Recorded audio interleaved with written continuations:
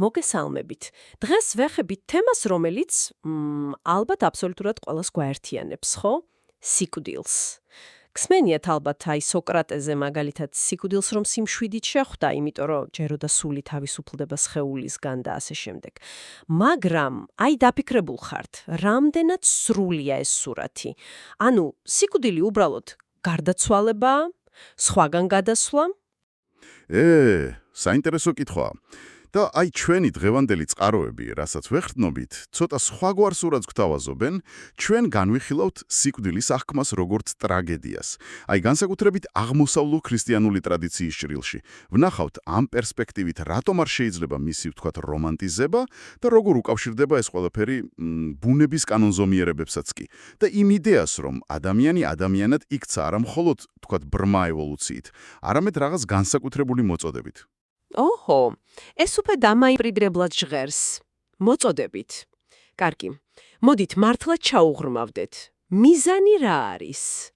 გავიგოთ, რატომ არის სიკვდილი ტრაგედია ამ ხედვით და არის თუ არა რამე იმედი, რამე გამოსავალი მის დასაძლებლად? კარგით, დავიწყოთ იმით, რაც უფრო ნაცნობია.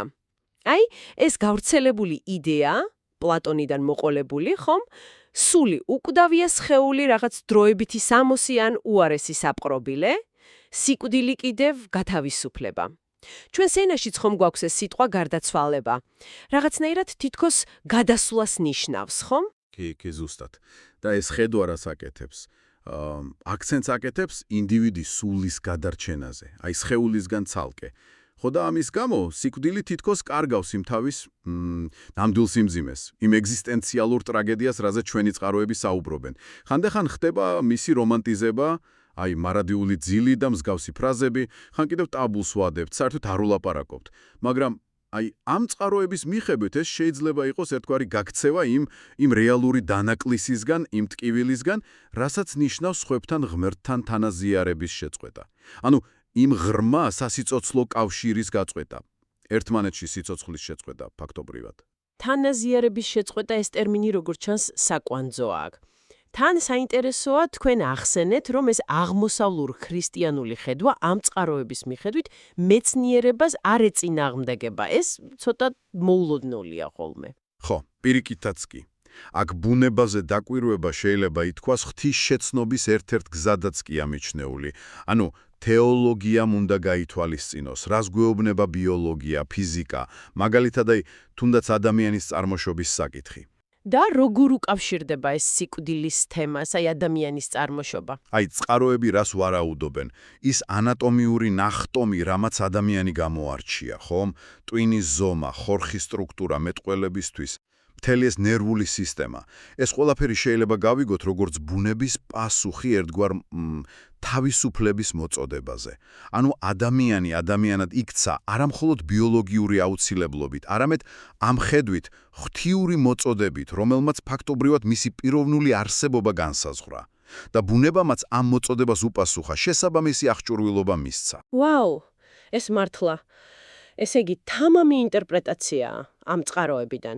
თითქოს ბიოლოგია პასუხობს რაღაც არამატერიალურს მოწოდებას და ამას რამე კონკრეტული დაკვირვება თუ ამყარებს. არის ერთი ძალიან საინტერესო ფაქტი.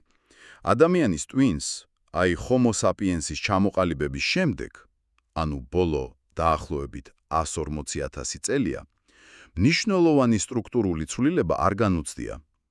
თითქოს როგორც კი ადამიანმა მიიღო ის ბიოლოგიური იარაღები, რაც სჭირდებოდა თავისუფალი არჩევანისთვის, პიროვნული არსებობისთვის, ევოლუციური ბიძგი ამ მიმართულებით შესუსტდა ან შეჩერდა. ხო და ამ კონტექსტში უნდა ითქვას, რომ სიკვდილი ზოგადად ქმნილისთვის ბუნებრივი მოვლენაა. ადამიანიც მოკვდავი შეიქმნა თავიდანვე. აჰა, ანუ ამ ხედვით უკვდავება თანდაყოლილი თვისება არ არის. ეს მნიშვნელოვანია. არა, ნამდვილად არა. წყაროების მიხედვით უკვდავება იყო პოტენციალი, რაღაც რაც ადამიანს ღმერთთან ურთიერთობით, აი იმ თანაზიარებით უნდა მოეპოვებინა. და კიდევ უფრო საინტერესო რამეს ამბობენ ეს წყაროები. თვით ღმერთის უკვდავებაც კი ამ თეოლოგიის თანახმად მისი ბუნების კი არ არის აუცილებლად, არამედ წმინდა სამების პიროვნული თანაზიარების შედეგია. ანუ იმ სრულყოფილი მარადიული სიყვარულის და ერთმანეთში ყოფნის. ამიტომ ქმნილობისთვის, ადამიანისთვის უკვდავება არის ძღვენი, რომელიც მიიღწევა მხოლოდ ამ სასიცოცხლო კავშირში თანაზიარებაში ყოფნით. ჭეშმარიტი სიცოცხლე სწორედ ამ ერთობაშია. გასაგებია, ანუ ლოგიკა ნათელია, თუ სიცოცხლე და უკვდავება ამ კავშირშია, ამ თანაზიარებაში, მაშინ რა არის სიკვდილი ამ პერსპექტივით? არა უბრალოდ სხეულის დატოვება, როგორც თავიდან ვთქვით. ზუსტად. სიკვდილი არის სწორედ ამ თანაზიარების გაწყვეტა. პიროვნული ურთიერთობის რღვევა ღმერთთან და სხვებთან. და ეს არის უდიდესი ტრაგედია. რატომ? იმიტომ რომ ადამიანი, რომელიც არის სულისა და ხორცის ერთობა, ამ დროს იშლება, ნადგურდება. ეს არ არის გარდაცვალება ან გადანაცვლა, არამედ პიროვნების როგორც ასეთის არსებობის რღვევა. ფაქტობრივად გაქრობის საფრთხეა. ამიტომაც უწოდებს მას ბიბლია უკანასკნელ მტერს. მტერია, რომელიც უნდა დამარცხდეს.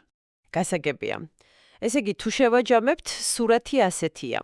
ერთი მხრივ გვაქვს ხედვა, რომელიც ფოკუსირებულია ინდივიდუალური სულის გადარჩენაზე და სიკვდილს, ნაკლებად ტრაგიკულად მაინც აღიქმავს. მეორე მხრივ კი, აი ამ წყაროებიდან გამომდინარე, გვაქვს ხედვა, სადაც სიკვდილი არის არსებითი კავშირის, თანაზიარების რღვევის ტრაგედია, ხოლო უკვდავება ამ კავშირის, ამ თანაზიარების აღდგენა და მარადიულობა. დიახ, ზუსტად. და ამ ტრაგედიის დაძლევის იმედი ისევ და ისევ ამ წყაროების მიხედვით არის ქრისტეს აღდგომაში. აღდგომაში, რომელიც გვპირდება არაუბრალოდ სულის გადარჩენას სადღაც ცალკე, არამედ მთლიანი პიროვნების სხეულით ურთ აღდგენას და მარადიულ სიცოცხლეს, მაგრამ სად? სწორედ იმ ღრმა ერთობაში, თანაზიარებაში. ეს კი ნამდვილად აჩენს ბევრ კითხვას და დაფიქრების საბაბს თქვენთვის, ჩვენო ჯვირფასო მსმენელო. მაშასე შევეცადეთ ამ წყაროებზე დაყრდნობით გვეჩვენებინა სიკვდილის განსხვავებული აღქმა. არა როგორც მშვიდი გადასვლა, არამედ როგორც ეგზისტენციალური ტრაგედია, კავშირების თანაზიარების წყვეტა. მაგრამ ამავდროულად ეს ხედვა გვთავაზობს იმედსაც, სიცოცხლის გამარჯვებას, აღდგომის ძალით. ხო, და აქ ალბათ ღირს საკუთარ თავს ვკითხოთ. მე როგორ აღვიქვავ სიკვდილს? ხომ არ არის დრო, რომ ფოკუსი აი მხოლოდ ინდივიდუალური სულის გადარჩენის იდეიდან გადავიტანოთ მარადიული სიცოცხლის ძიებაზე. ოვონ სიცოცხლისა, რომელიც სხვებთან და ღმერთთან ღრმა არსებით კავშირშია, თანაზიარებაშია. ეს არის მთავარი კითხვა ალბათ. დიდი მადლობა ამ საინტერესო და სიღრმისეული ანალიზისთვის და მადლობა თქვენ რომ ჩვენთან ერთად იყავით.